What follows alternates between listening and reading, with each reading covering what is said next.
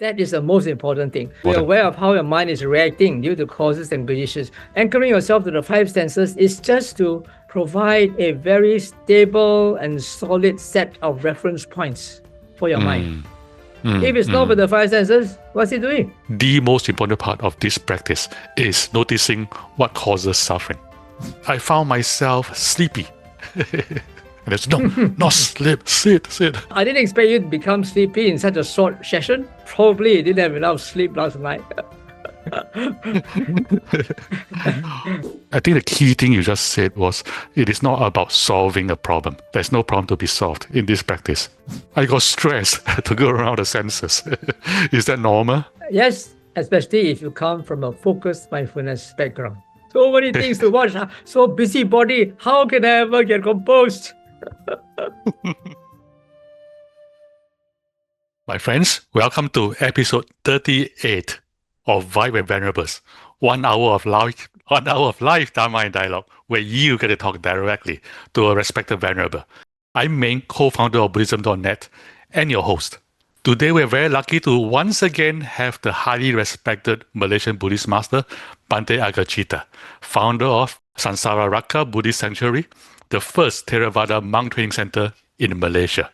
In today's class, Bhante will show us how all 4 establishments of mindfulness can be developed through the simple practice of open mindfulness. All 4. And by popular demand, today's class will be 75 minutes long instead of the usual 60 minutes, which means you're getting 25% more Dhamma in every value pack. So Bhante will speak for roughly 30 to 40 minutes and then answer your questions live. As a reminder, this session will be recorded and then uploaded onto YouTube later. And if you're comfortable doing so, we invite you to turn your camera on so Bhante can see all your lovely faces. With that, over to you, my dear Bhante. Aren't you going to ask me to give blessings again? Okay, Bhante can give blessings again. My blessings are not an easy fix. It's for you to activate. And there's a checklist to see how much you can activate today. Being patient and compliant, and the seeing of renunciance, and timely Dhamma discussion, this becomes a foremost blessing. Being ardent and lofty conduct, and the seeing of the noble truths, Nibbana's realization too, this becomes a foremost blessing. Okay. Sadhu, sadhu, sadhu. Let's see at the end of the day how many you can check. So today we are going to have a guided practical approach to the practice of open mindfulness. And before we do that, I will just go through some very basic, fundamental, theoretical foundation. First of all, we have a review of the last slide that we saw in our last session. And we ended up by concluding that the appropriate meditations for lay followers now are these 4. And of these 4, the one that is most applicable and that can be most easily applied is the origin and ending of suffering. So you see there's a thumbs up there, but the smiley is not smiling because it's something which is suffering. And the suffering, everybody goes through this sort of mind-rooted suffering every day. Disappointment, frustration, anger, impatience. And that is the most potent of all this because it can be observed anytime. And every time you see it, you try to understand the cause of your suffering. Why are you impatient? Why are you frustrated? Why are you disappointed? So seeing this link between suffering and its cause can automatically lead you to reduce unnecessary desires and attachments. However, you cannot just stop there because the tendency of human beings is to proliferate on what we observe. So once you have really observed your suffering and you know its cause, don't just dwell on it, but then you should try to practice the 4 Satipatthanas to ground yourself. And that's why this can actually be combined with the 4 Satipatthanas. The main practice is watching the origin and ending of suffering, watching how suffering arises in you and the cause behind it. That is the main meditation. But by default, if you are not suffering, then you should try to practice the 4 establishments of mindfulness in a way that I explained in your homework, in a very, very basic form of the 4 establishments of mindfulness. And this is, in my approach, is to make use of open mindfulness, which actually comprises all the 4 establishments of mindfulness. Now, some basics that you need to understand is the 5-6-1 feature of our 6 senses. 5 here represent the 5 senses. The 6 here represents the 6th sense, which is the mind. And 1 represents the object that the 6th sense, the mind, can take. We all know, very obviously, that the 5 senses can only take present objects. You can only be conscious of something through the senses if that thing is in the here and now. Now, that is very obvious. They don't need any special explanation for that. But the mind is something very special because the mind has a wider range of objects. It can take the objects of the 5 senses, which are always in the present, as well as objects of the past and future. That the mind can take objects of the past is nothing very special. Most of us are living in the past most of the time. We are thinking of our past memories, our past experiences, and so forth, trying to make sense of what we perceive in the present moment and to plan for the future. When you plan for the future, you are not actually taking a future object. You are actually trying to predict what could happen in the future based on your past experiences and information. You can only actually perceive the future if you have some psychic ability. Some people have inborn psychic ability, which most people don't have, or you can develop them through meditation. Sometimes through the practice of meditation, these psychic inborn potentials can manifest by themselves. And also the mind is object dependent. Of course, the 5 senses are also object dependent. You can only have the 5 sense experiences when the objects are there.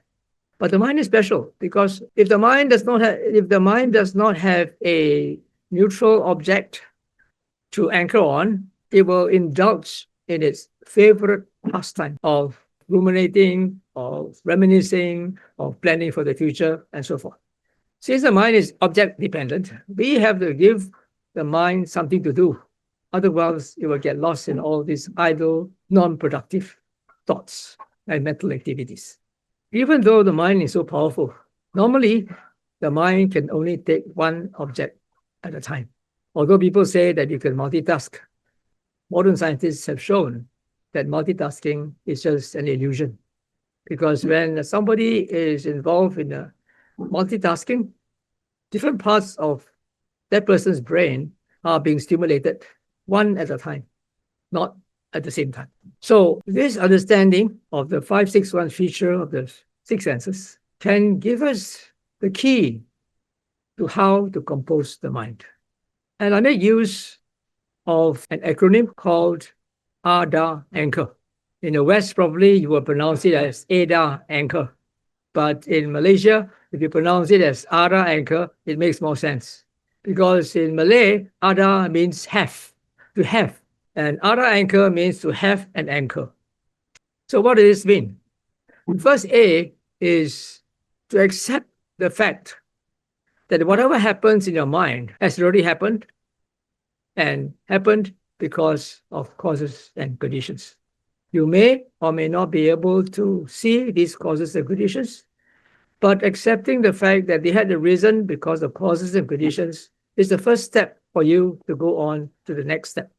Because without this basic understanding and acceptance, it's not possible not to reject or follow it.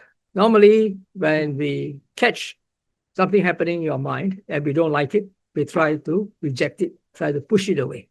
And if it's something that is interesting, we tend to proliferate and follow it. So in order for you to practice the D in other anchor, you have to have this right view or this right understanding that whatever has already happened, and you just accept it. Because whatever has happened in your mind has already happened first, then only can you notice it later with mindfulness.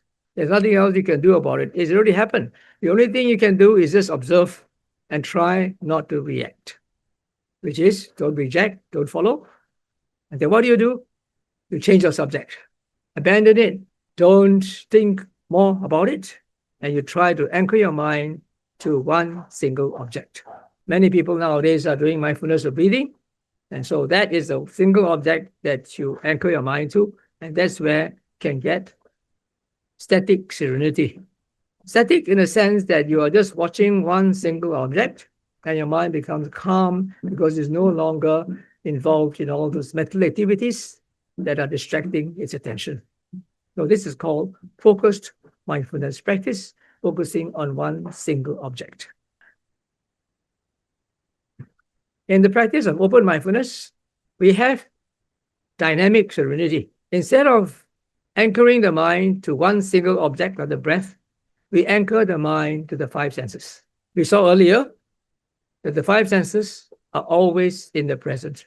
You can only see, hear, smell, taste, and feel with the body if the respective object of the senses is in the present. Even though the five senses are in the present, mindfulness is actually watching what has happened in the senses. So that is as close to the present as you can get. Technically speaking, they're talking about it from the nano perspective. It is not the real present. It is the immediate past.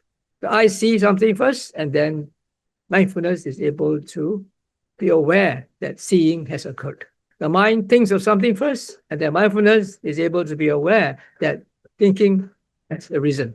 There are several steps involved in the practice of open mindfulness, and I only have about 30 minutes with you, less than 30 minutes after my introduction here. So I will only teach you one step, and this is called Sequentially Touch and Go. This is when your mind is bright and alert and wakeful. Then what you do is you open up your awareness to all the five senses in a sequential manner. The sequence that I use is following what the Buddha always says when he talks about the five or the six senses. You will start with seeing, hearing, smelling, tasting, and then touching with the body, and then the mind. To give you a visual representation of how you can direct your attention, you could think of a T. Time out. See, and then you go to hear, and then you go to smell, and then you go to taste, and then the body. So it's like a T. When you want to direct your attention, you see, you hear, you smell, you taste, and you touch. Now, touch and go means that you don't stay on any particular sense experience or sense object. Once you know that you see something, you move on to what you can hear. And once you know that you are hearing, you move on to smell. And once you know that you are smelling, you go on to taste. And once you know that you are tasting, you go on to feel the body. Unlike focused mindfulness practice, in open mindfulness practice, we are not interested in the details of the objects of the senses. Touch and go. Once you know you are seeing, that's good enough. It doesn't matter what you see. Once you know that you are hearing, that's good enough. It doesn't matter what you hear. And when it comes to the sense of smell and the sense of taste, even though you don't smell anything obvious, just know your nose is still there. Just know that you're breathing. That's good enough. If you can't taste anything special, then you just know that your tongue is still there. That's good enough. Then you move on to the sense of the body. The sense of the body, we don't have to focus on any particular sensations in the body, just a general sense, for example, that now you are seated in front of your computer. General sense of being seated, that's good enough. Don't have to focus, don't have to analyze into the elements. This is hard, this is soft, this is cold, this is tense, this is relaxed. No need. Just have a general sense of being seated and then move on, come back to see, hear, smell, taste. Now, in my retreats, when you have to sit and meditate for prolonged hours, then you tend to get bored. And then when we get bored, we have another technique for you. It's called point and shoot, hit and run. Unfortunately, I don't have the time to explain it here.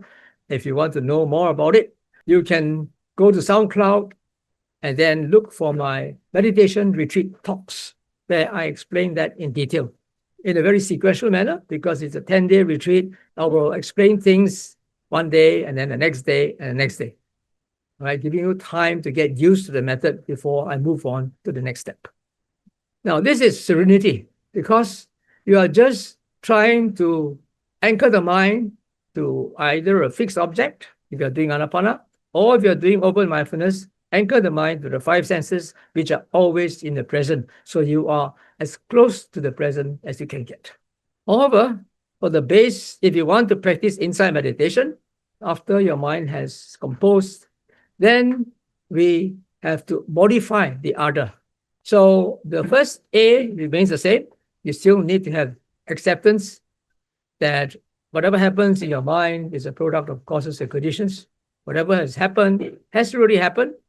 And the moment you are mindful of it, it's already there. So what you should do is don't reject it, don't follow it, but rather, and also don't ignore it. So what do? If you don't reject, you don't follow, you don't ignore, you try to acknowledge it, know what it is. In the preliminary practice, where we are trying to compose the mind, we don't have to bother what the mind is doing.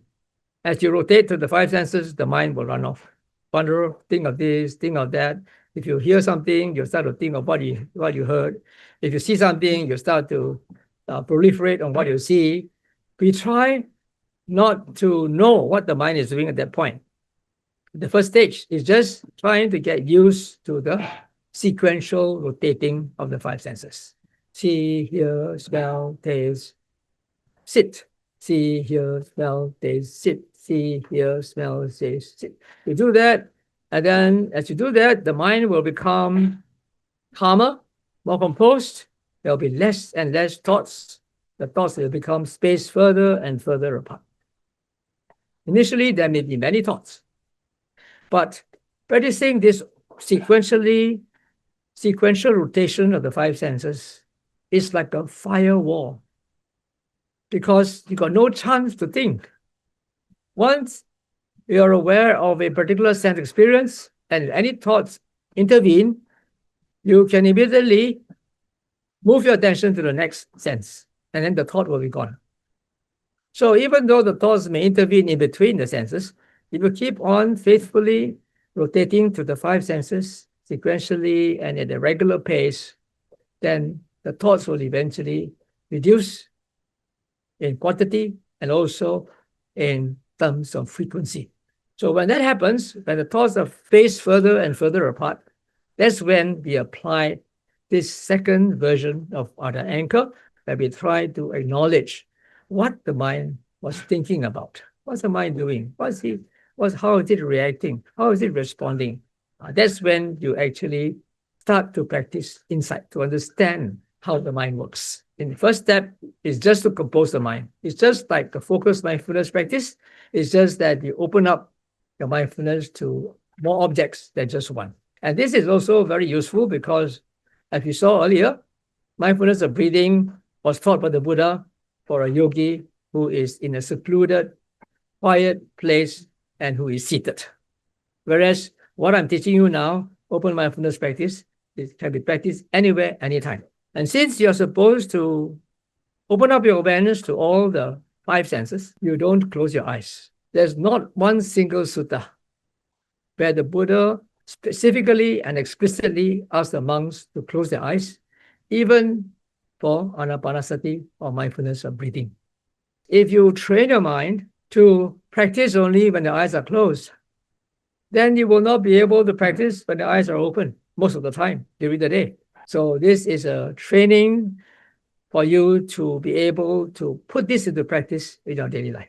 So I hope that this we will get this clear. And now we will go on to guided open mindfulness practice. Please keep your mind open. Try to look at the screen, and I will give you guidance as we go along. I will be playing a video, and as you watch the video, then you listen to me and you try to follow instructions. So remember, open your eyes, look at the screen, but don't focus on whatever you see on the screen. And then try to sequentially rotate through the five senses.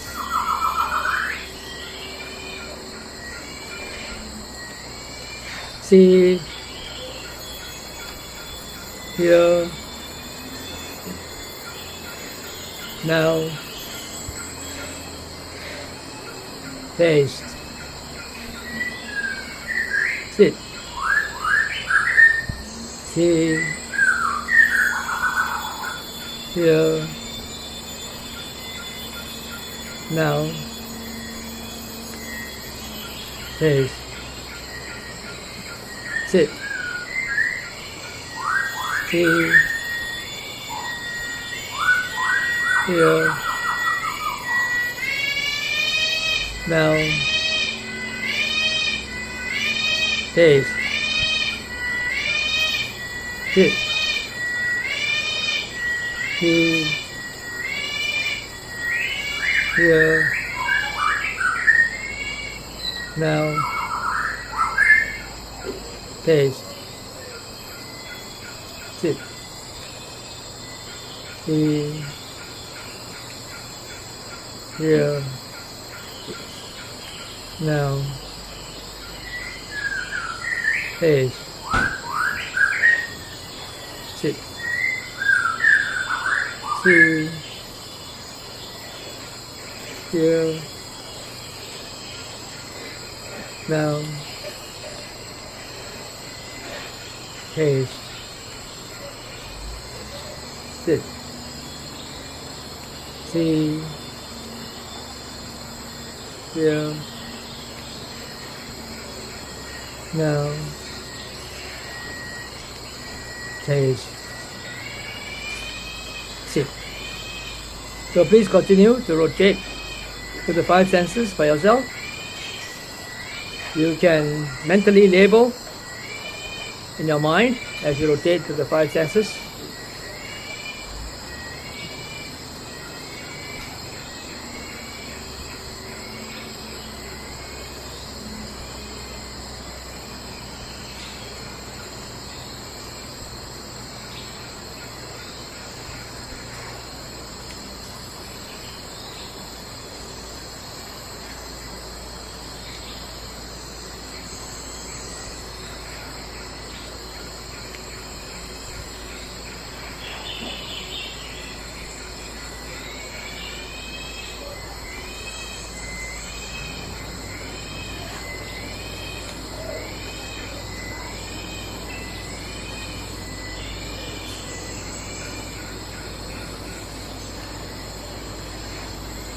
Accept all things.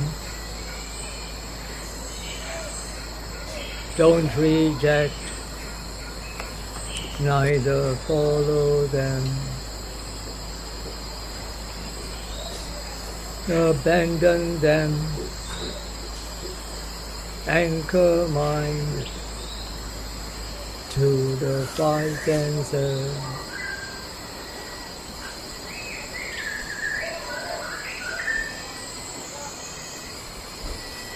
Sequentially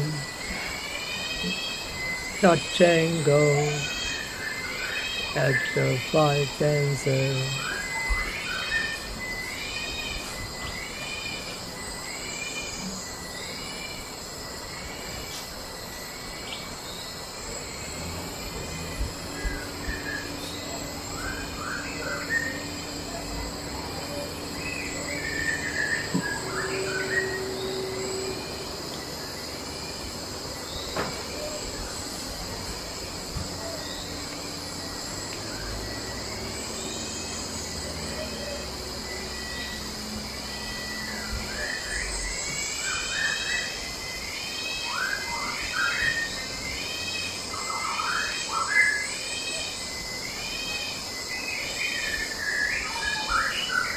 Don't worry about what's going on in your mind. Remember to just sequentially rotate to the 5 senses at the regular speed.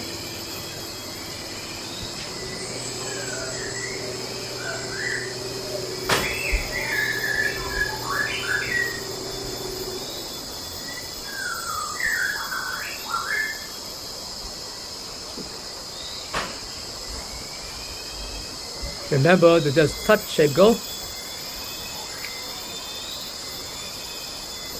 Once you're aware of a sense experience, move on to the next.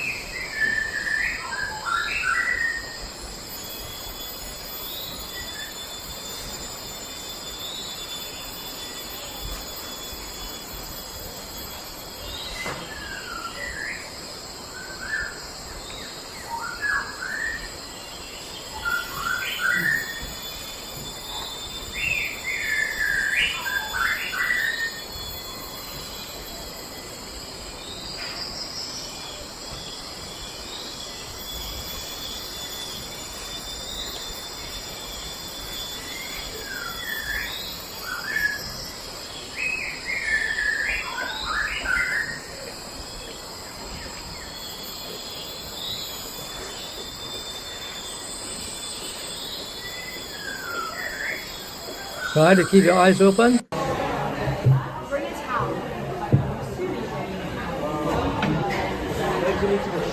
Observe how your mind is reacting. Don't proliferate.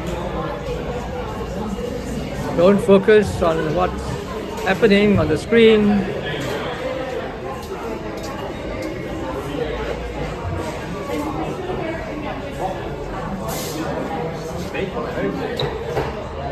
Keep on rotating to the 5 senses sequentially.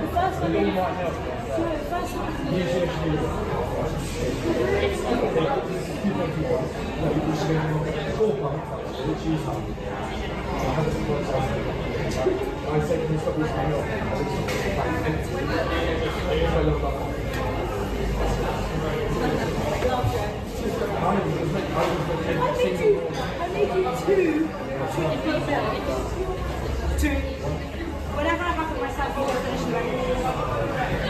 it.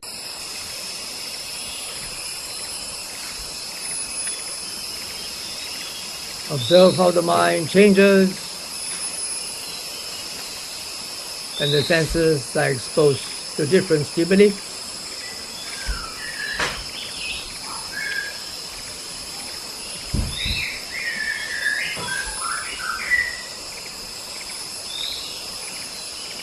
And always remember to come back to the 5 senses. Touch and go.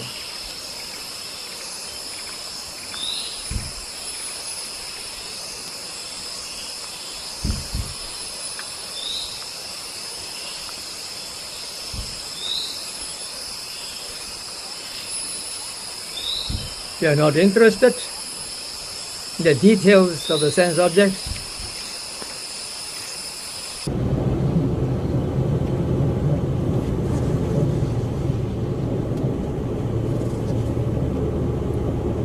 you just want to make use of the 5 senses to keep the mind busy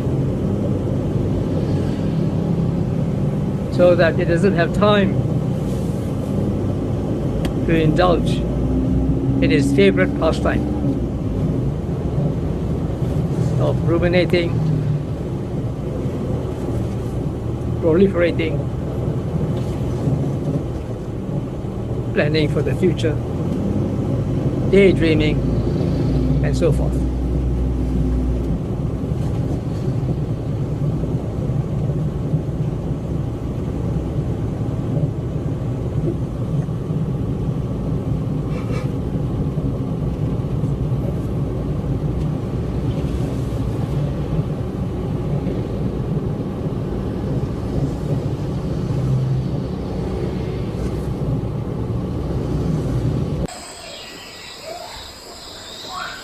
Thoughts of your mind changes as the scene changes.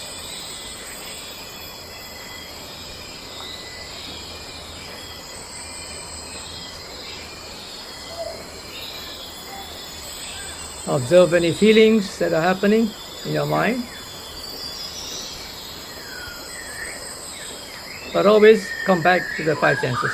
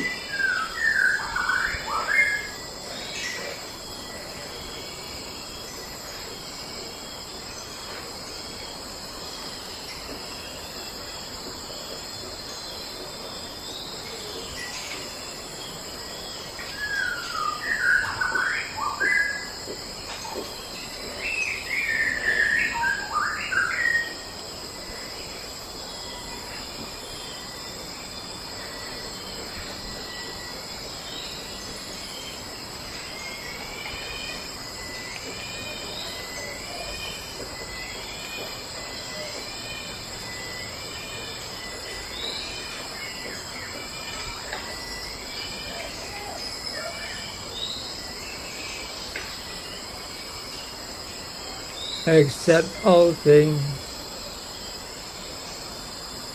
Don't reject, follow or ignore. Acknowledge them. Anchor mind to the five senses.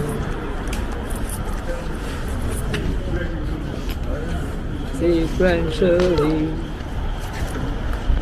touch and go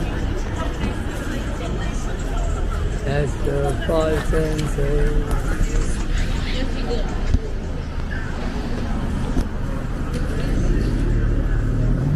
Observe how the mind is responding and don't get lost in it. Acknowledge it, come back to the five senses.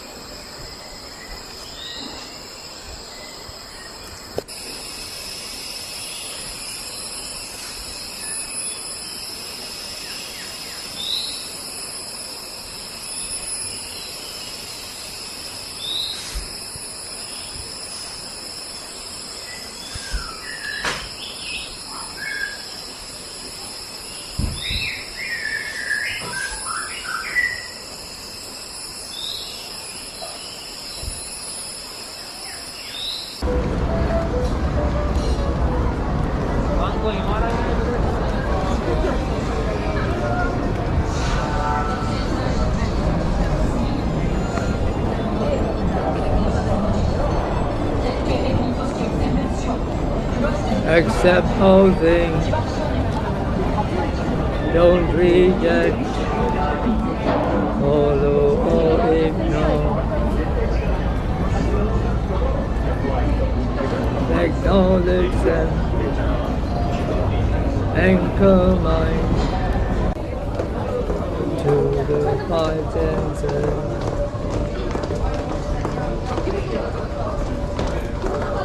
Sequentially touch and go at the five senses.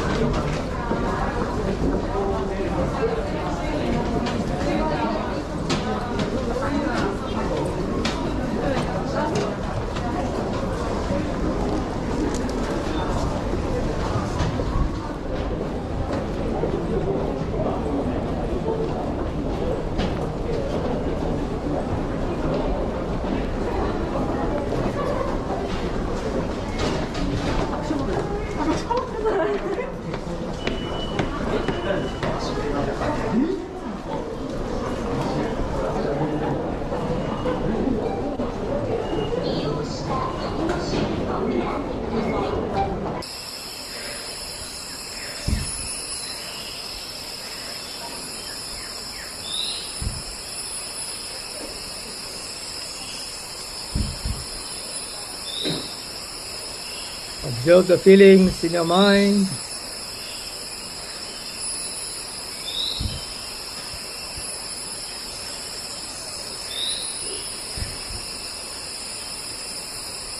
The spontaneous memories that arise and pass away. The spontaneous reaction.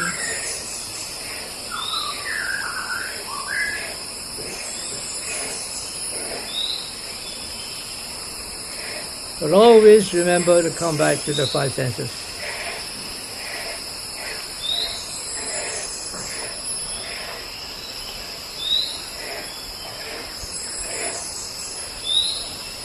It doesn't matter what the mind feels or how much it's thinking. As long as you come back to the five senses, you are safe.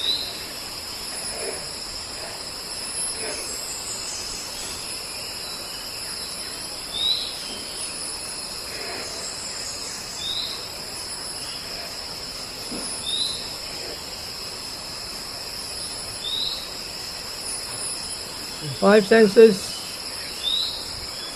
are a good set of reference points for you to track the mind.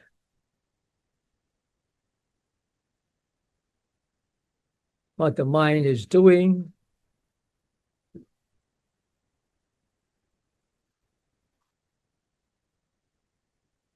how it's feeling, and all those phenomena that are happening. You begin to see their true nature. They come and go. Reactions, recognition of things just happen spontaneously due to your past conditioning and present circumstances. So this is the end of the guided meditation. And it's time for you to ask questions if you have any. Thank you, dear Bhante. Okay, friends, this is our Q&A session. If you have any questions for Bhante, you can use the Zoom's Q&A function to enter your questions. You can vote for questions that have been entered by others, or you can use a hand-raising function on Zoom to ask a live question. And if you do that, I will identify you, ask you to unmute yourself. And for today, we will give priorities to questions on the Q&A board. Also, Bhante asked that we start with questions that are directly relevant to today's topic, and then followed by questions that are directly related to last week's topic. And then if we have time after that, then questions that are more general. So with that, Bhante, I have a question. So as I was practicing just now, I found myself sleepy. So I was going through the order, seeing, hearing, and so on. And then the last one, sit, becomes sleep. And there's not sleep, sit. So Bhante, the question is, how do we deal with the hindrance of sleepiness? That's what I told you at the beginning when I showed you my slides. There you can see the smiley one. This is with the glasses like you, wearing the dark glasses. And then the other one that is sleepy. So when you're sleepy, we use the point and shoot, hit and run. Yeah, but yeah, that is for. I didn't expect you to become sleepy in such a short session. Probably you didn't have enough sleep last night. And also because I think is going through the five senses is very boring, and people are always energized by a lot of stimulation, intellectual stimulation. They like to think. They like to think. They like to ruminate. Correct. Yes. And so now you are depriving yourself of your favorite hobby, and so it becomes sleepy. Okay, so we just look for the point and shoot better in your other videos and figure that out. Yeah. I'll explain that in another video. Okay, understood. Thank you. But there's another question. So the Four Noble Truths that in your last previous chart that you showed today, observation was ticked, but reflection was not ticked. So the question is, do we not reflect on them? You don't reflect. You just observe. You just observe suffering and you know its cause. And that's good enough. That's why I told you, don't Mm. proliferate. And that's why we need to practice open mindfulness to anchor yourself back to the five senses once you have already seen the link between suffering and its cause. Otherwise, most people will start to proliferate. They'll start That's to think, true. how can I have such desire and so forth. They will chide themselves for their negative reactions. Mm. But of course, we also need to understand we have this right effort in the noble effort path. If you notice that something which is unwholesome, then of course you should try to abandon it and prevent it from arising in the future.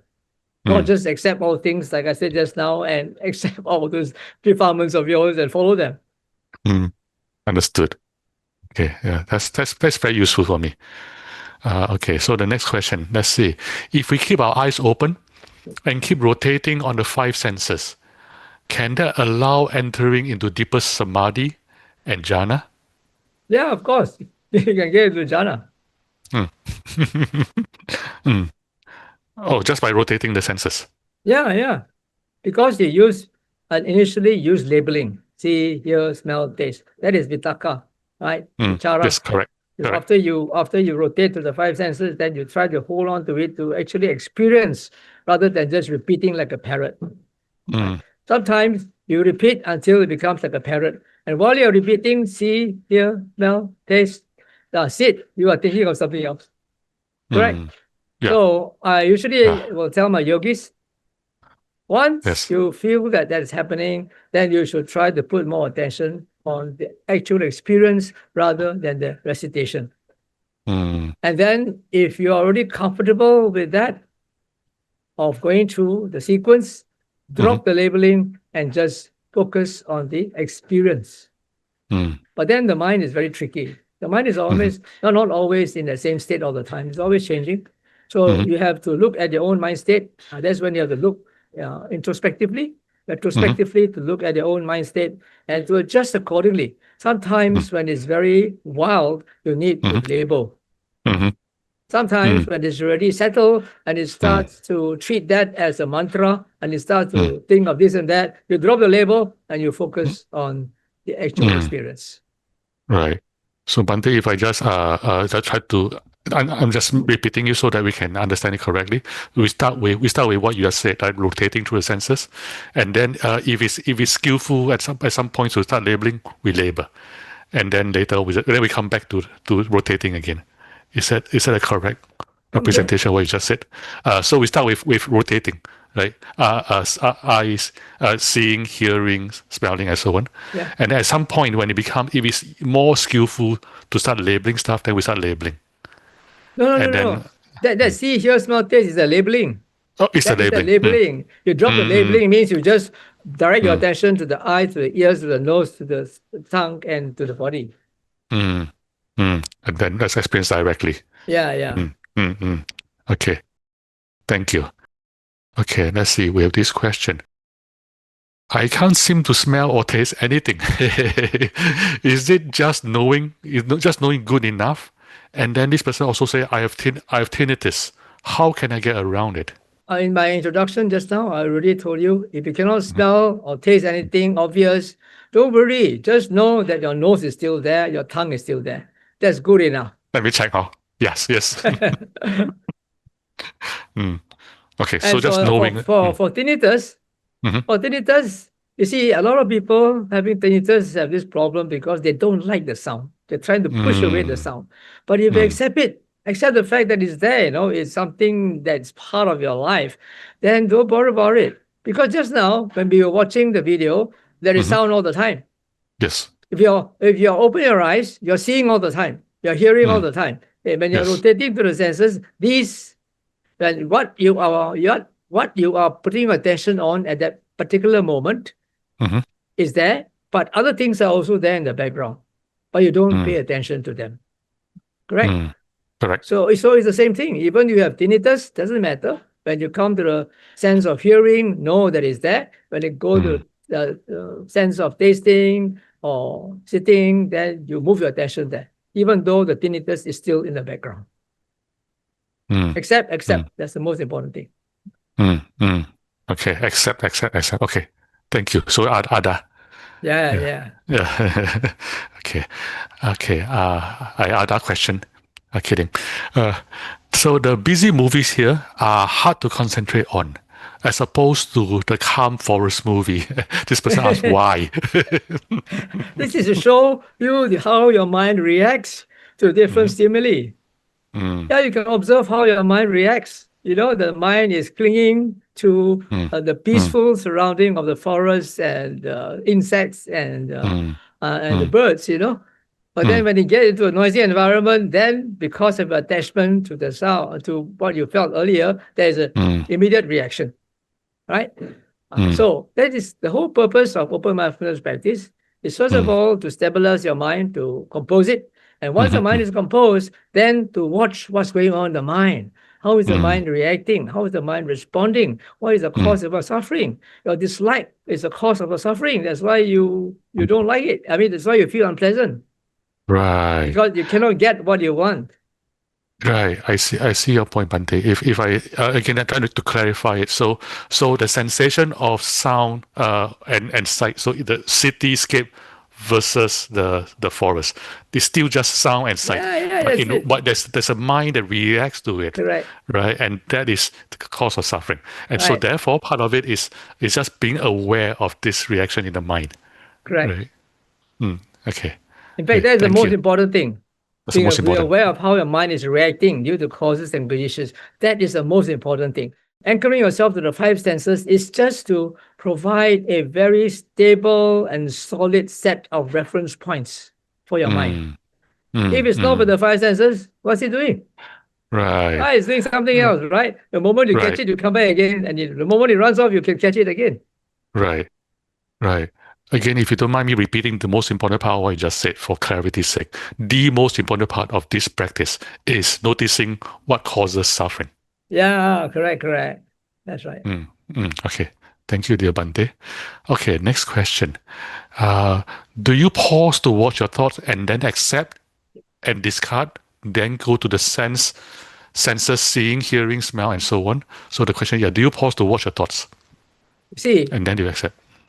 Actually, when you practice open mindfulness, there are three stages of samadhi. The first stage is when you are faithfully and regularly going through the senses. But your mind is still restless. There may be thoughts coming and going, rumination, planning, comments on things going on, but you are not ruffled by them. You accept them. Oh, they just come and go. You watch them, they're happening in the background. Just as when your eyes are open, you see, at the same time you hear. Or sometimes you also are sitting, you're aware of your sense of being seated. But these are all happening in the background. Whatever you're paying attention to, that's in the foreground. Correct or not? So it's the same thing. So when you reach the first level of composure, your mind may still have many thoughts coming and going, but it is not ruffled by them. It is not distracted by them. You don't push them away. You don't fight with them. You don't follow them. You just come back to the five senses. So at that time, you can actually have an insight into the three characteristics. You can see it's all impermanent. They keep on coming and going, and they're suffering. Right. Correct? Yes. And it's not me. I didn't want them to come. I want them to be focused, but they're still coming and going. So you can actually have a glimpse of the three characteristics. But most yogis cannot, because they are too busy fighting with their mind, trying to push away all those restless thoughts. If you accept, there's no problem. They come, let them go. Let them come, let them go. You don't follow them, you don't reject them, you just come back to the five senses and you're safe. All right? So the second level of composure is when the thoughts become spaced apart. So initially, when you rotate to the five senses, there may be many thoughts coming and going. Then later, maybe one thought per cycle.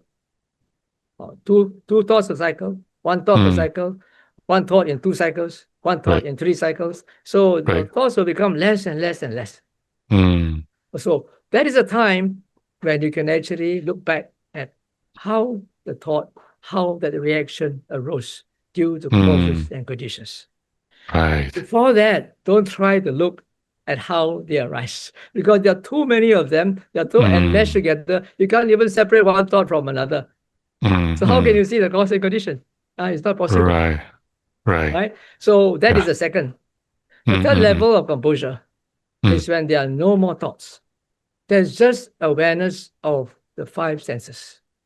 No thoughts at all. Okay? Yeah. Yes. That's the time Correct. when you start to watch the five aggregates. That's an advanced practice. Awesome. Yeah.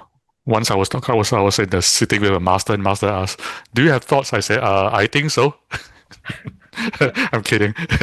So, Bhante, there are people who don't know what the three characteristics are. So, just to clarify, the three characteristics are the characteristics of all phenomenon, which is anicca, which is impermanence. All conditioned things are impermanent. Second is suffering. All impermanent things are unsatisfactory, causes suffering. And the third is non-selfness. All things, conditioned or unconditioned, are non-self, without a character of self. And also, just to repeat what I just said for clarity, if I understand it correctly, the most important part of this, or what you just said in the beginning, is that the power of accepting is that allows you to see the three characteristics. Because if you don't do the accepting, it's just too much noise for the mind. And then once you accept that, the mind gets to a calm enough state to begin to see the three characteristics. And then as the composure deepens, the mind sees more and more clearly. Correct. Great. Okay, good. Thank you, Bhante. Okay, next question. This person asks, I got stressed to go around the senses. Is that normal? Yes, especially if you come from a focused mindfulness background. You're just True. used to watching one single object. When you're asked to watch so many objects, they always say we get headache. So many things to watch. So busy body. How can I ever get composed?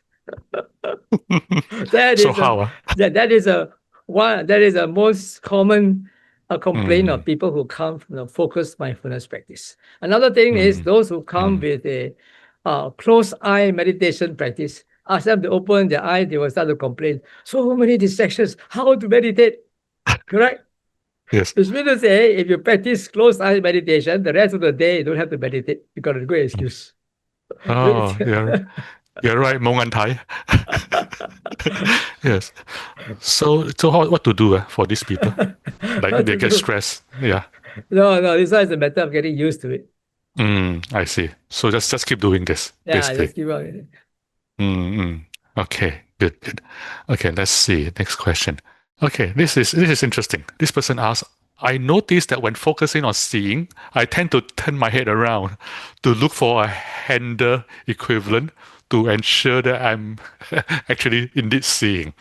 So the question is, can I move my head around instead of just looking straight at the screen? For this exercise, you're just supposed to look at the screen. You just want to make sure that I want you to observe how your mind changes, its mental states and how it reacts and responds to different stimuli. To repeat what you just said previously, the exercise, the importance is not in the seeing or the hearing. The importance is seeing how the mind reacts, whether the suffering arises from the reaction. Right. Okay, and then the same person is following up and say, but certain scenes I'm not interested to observe. So how do you respond to that, Bhante?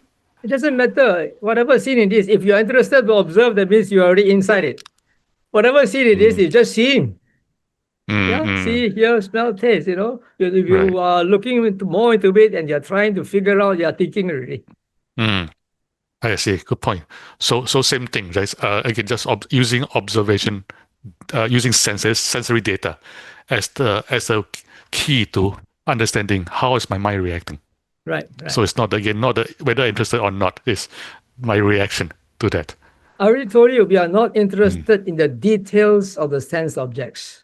We want to make use of the five sense experiences just to anchor, keep the mind busy so that it doesn't get caught up in thoughts. That's all. Good. So this one is also interesting. So I have the same question. Bhante, how can I know the right speed of changing from one sense to the other? Well, up to you. Sometimes you can do it. You have to do it slowly.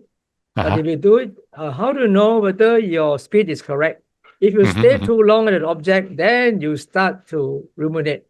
You start to make stories and comment. Okay, that's one thing.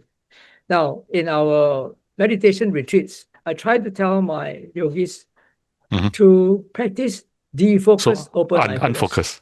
Unfocused, which means to say you don't see anything clearly. You just see colors and shapes in front of you, but you don't try to differentiate what story is going on. Right. All right. Right. So sometimes they sit facing the forest. Nothing exciting is happening. It's just the forest, right? And then if you stay too long looking at the forest, then they start to imagine. They start to fantasize. Oh, there's a monkey's face. Oh, there's a polar bear. That is Kuan Yin there on the clouds. That's right. So when you spend too much time, that's what you tend to do. You tend to fantasize. Right. And when you see the details, then you start to comment. Right. So that's why it's touch and go. Once you know that you're seeing, that's enough. Move on. You're hearing, that's enough. Move on. Right. That's what, there's this famous sutta called Tahiya Sutta. The seen, there shall be only the seen. Yep. Yeah, exactly. We are practicing that.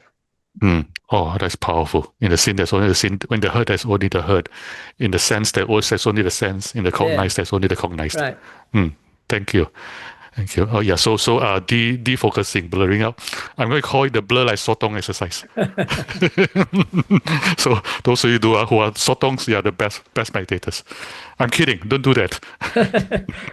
but this defocus open awareness cannot be done when you are driving or trying to cross the road, okay? Okay, everybody hear that. That's important. Don't defocus while driving, of course. So you can only do this when you are in a safe and secure environment. I tell my friends, that's my rule number one. My rule number one is try not to die. So, all of you watching this, rule number one, try not to die. Okay, let's see. There's a next question. When the scene changes, it is a sense of association to the scene, familiar places, mind recalling previous experience, the mind getting shocked. How to overcome this? I think the same thing, right? Just let it go, right? No, it's not something to overcome. It's to understand this is all anatta. There's no one there. All this, I told you, all these spontaneous reactions, spontaneous memories, they arise because of cause and condition. The cause is because your eyes are seeing something, right? And the condition is because in the past, you experienced something like that. And this conjures up, brings about a memory. And then that memory will bring about proliferation.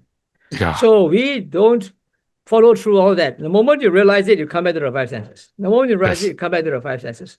So in that way, you begin to understand, oh, this is really anatta. It's not me. I can't control it. It just comes about because of causes and conditions. Right. That's a good point. I think the key thing you just said, Bhante, was it is not about solving a problem. There's no problem to be solved in this practice. Okay? It's just observing. Okay, this person asks, if a layperson is already doing other forms of mindfulness practice, such as breathing, do you recommend switching from that to touch and go? I have yogis who have been doing Anapana, mindfulness of breathing, for umpteen years. So for them to open their eyes and move around is very difficult. So what I tell them is, okay, you can still continue to observe your breath, but open your eyes. And as you observe your breath, ask yourself, besides the breath, what else can the mind be aware of? And you slowly train the mind to open up this awareness to the other senses. Right. Sometimes I train them to, okay, breathe in, see, breathe out, hear, breathe in, smell, breathe out, taste, and so forth. You can also do it that way. Right. So, Bhante, what I'm hearing from you is don't be stuck on the breath. Right. So even if you're very good at breath, go and see the other senses, because that's where you can get the vipassana in order to do to see the three characteristics. Yeah. Yes. The greatest obstacle to people progressing in vipassana is because they get stuck in samatha. Because the peace and calm and tranquility of samatha is so enticing, it's something that people are so attached to. And vipassana is Like seeing things, to anicca, dukkha, anatta, so much suffering, things changing all the time. They don't want, Yes. they want to just go back to their comfort zone, just be still Yes. and quiet and just shut everything out. Right. Yeah. No Okay. wisdom. Again, yes, that makes a lot of sense. Yeah. Again, I need to define the terms. So previously, the feedback from previous session is we use a lot of technical terms, so not everybody understand. So samatha means calm abiding, calming the mind. Vipassana means insight, and the key Buddhist practice is a combination of both. Okay, so yeah, as Bhante said, the downside of too much samatha is you don't want to get out of the comfortable shell. Right? But having both is important. Yeah, you need to have some degree of composure before you can actually observe what the mind is doing. If your mind is so distracted, so many things going on in your mind, you got no chance to observe what it's doing, right? That's right. That's right. Yes, and vice versa. But don't get stuck there. Yeah, correct. Yes. Yeah. Yes. Awesome. So this person asks, I notice that all five senses are always present. The body is in the present moment. So when my mind is moving from one sense to the other, I could also notice the other senses at the same time.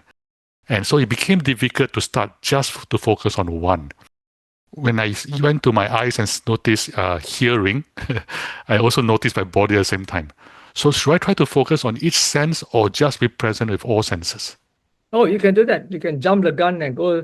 This is what, towards the end of my retreat, there are many steps, I call them the first gear, second gear, third gear, fourth gear. I also got a reverse gear. So this sequential is only the first gear.